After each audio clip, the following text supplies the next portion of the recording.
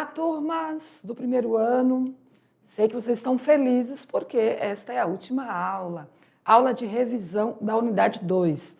Vamos fazer uma revisão geral das aulas que vocês estarão aí estudando, né, de forma mais aprofundada para o sucesso na avaliação, certo?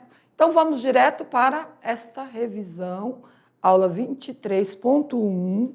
Vamos abordar aí 4 aulas, aula 15, aula 16, aula 21 e aula 22. Então, queridos, focados aí nessa revisão, vou direto ao ponto, já falando aí sobre os tópicos importantes. Na aula 15, o desenvolvimento, né, fizemos aí leituras e reflexões sobre a democracia em Atenas e a prática das discussões públicas. Levaram o quê? Ao surgimento dos filósofos sofistas.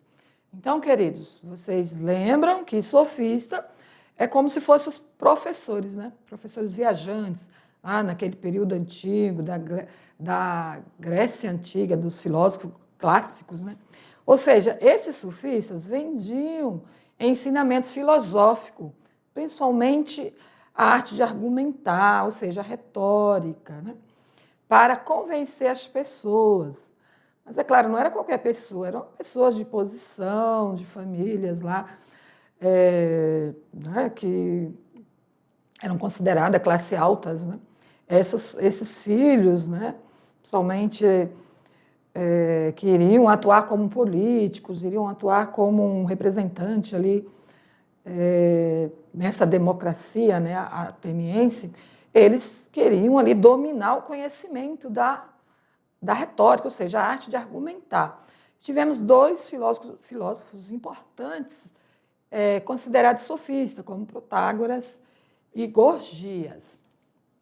Aí vocês leem um pouquinho mais sobre eles. Nesse período também nós tínhamos o quê? Sócrates, né? Um período socrático, ou seja, um filósofo com ideias totalmente diversas, ou contrária a esse sofista. Por exemplo, ele traz ali a dialética, né? Em vez de retórica, Sócrates ensinava que a dialética é uma forma o quê? De embate, né? Ou de debate oposto de ideias, oposição de ideias. Então, são embate de ideias, ou seja, e as ideias precisam ser discutidas, né? Então, a dialética é essa técnica de debater ou oposição de ideias. Isso leva ao quê? Ao verdadeiro conhecimento, porque a gente não deve concordar com tudo, não é verdade? Então, precisa ali rebater essas ideias, trazer ali fundamentação, ou comprovando ou indo contra essas ideias, né? E por isso precisa ter discussões dialéticas. Para Sócrates, quem age, quem sabe, quem tem conhecimento e sabe que é correto, age corretamente.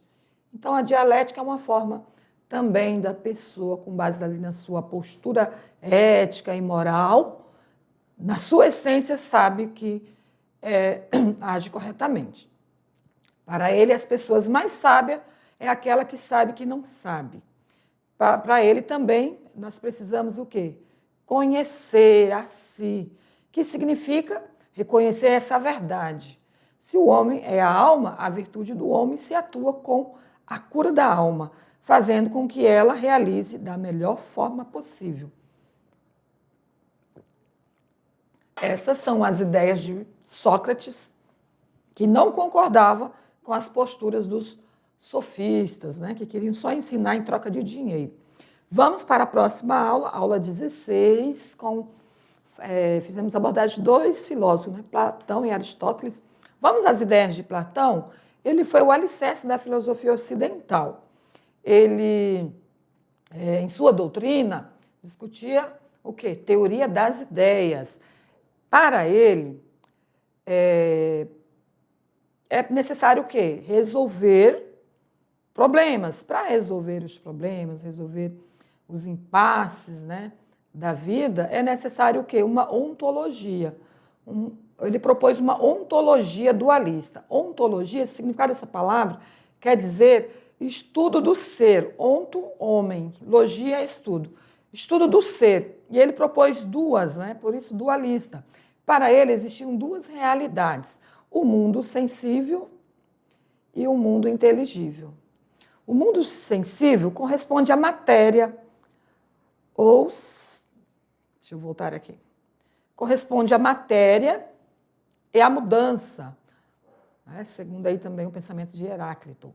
E o mundo inteligível corresponde às ideias, que são sempre as mesmas para o intelecto. O mundo de Parmênides, que é um outro filósofo ali pré-socrático, né?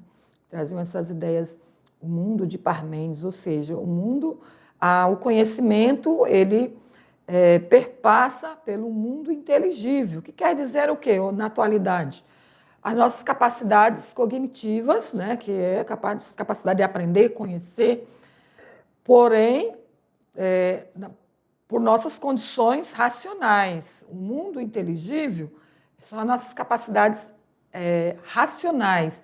E o mundo sensível é aquilo que enxergamos a partir dos órgãos dos sentidos, que pode ser verdade ou não.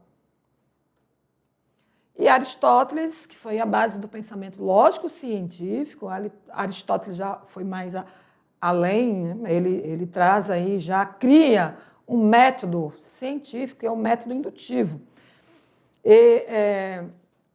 Da sensação ao conceito. O que Aristóteles propõe? Que da sensação, que é o mundo sensível, nós podemos alcançar o conceito, o mundo, por meio do mundo inteligível, ou seja, nossas capacidades racionais. Mas isso pode ocorrer por meio da observação. Deixa eu pegar aqui a canetinha que ela saiu do ar.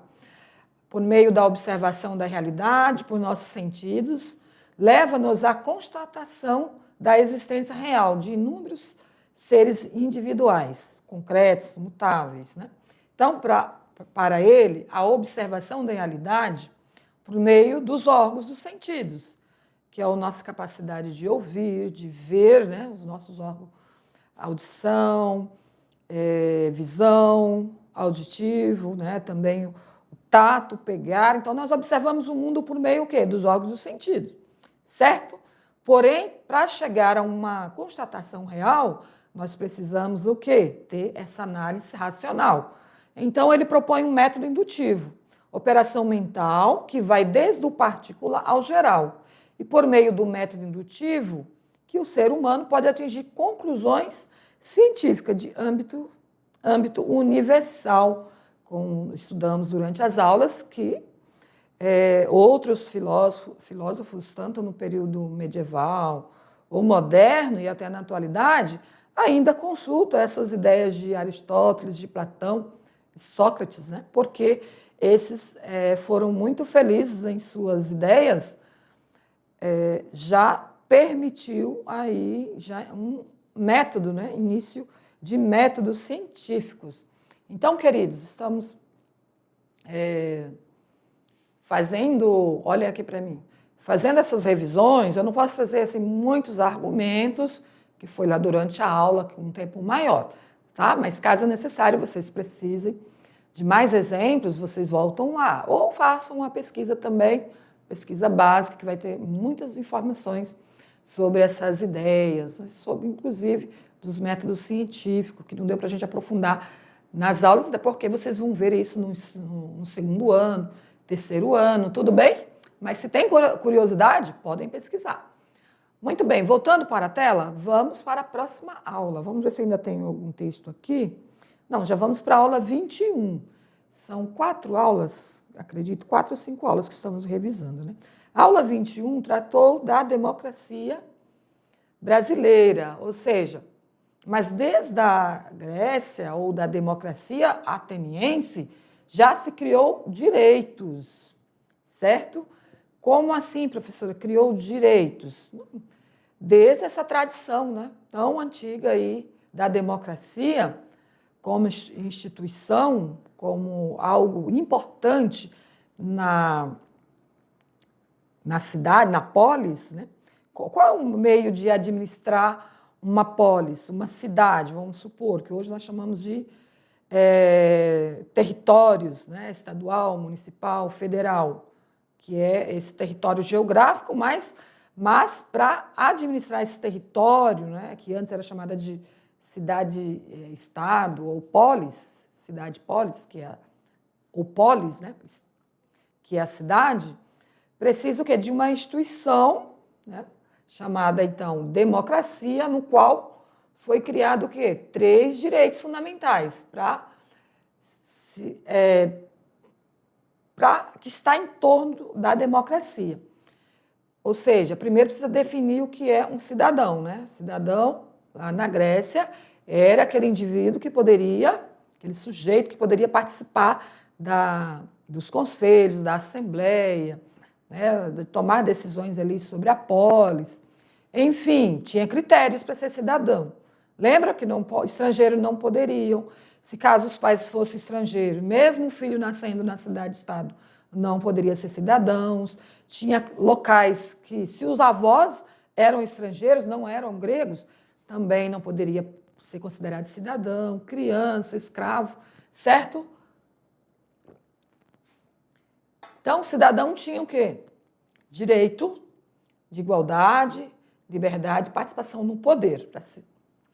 Então, foram criadas essas 3 instituições. Igualdade perante as leis e os costumes da polis, igualar os desiguais pela redistribuição das riquezas, segundo Aristóteles. Né? Liberdade, todo cidadão tinha direito de expor em público seus interesses e suas opiniões. E participação no poder, todos os cidadãos têm direito de participar das discussões e deliberações públicas da polis.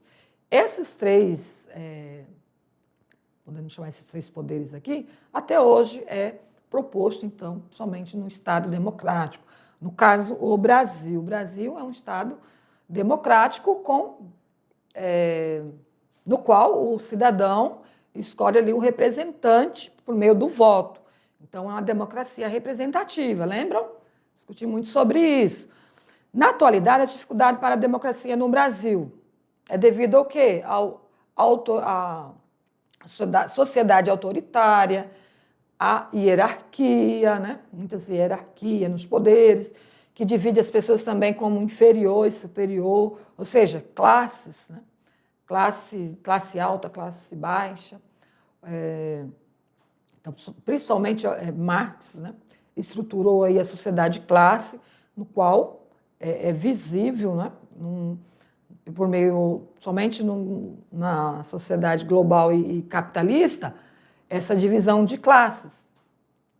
Então, não há percepção nem prática de igualdade como um direito, porque o sistema econômico não permite isso, no qual onde uns têm mais privilégios do que outros.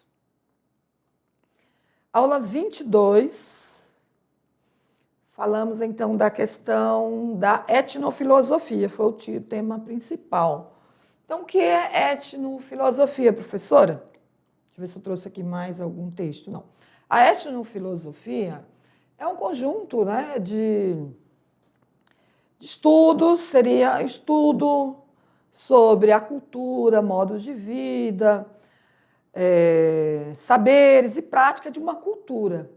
Esse filósofo e sociólogo, Lévi-Strauss, acho que eu pronunciei correto, né? Lévi-Strauss, ele propôs uma filosofia indígena, né? Ele fez estudos sobre a filosofia indígena, na verdade.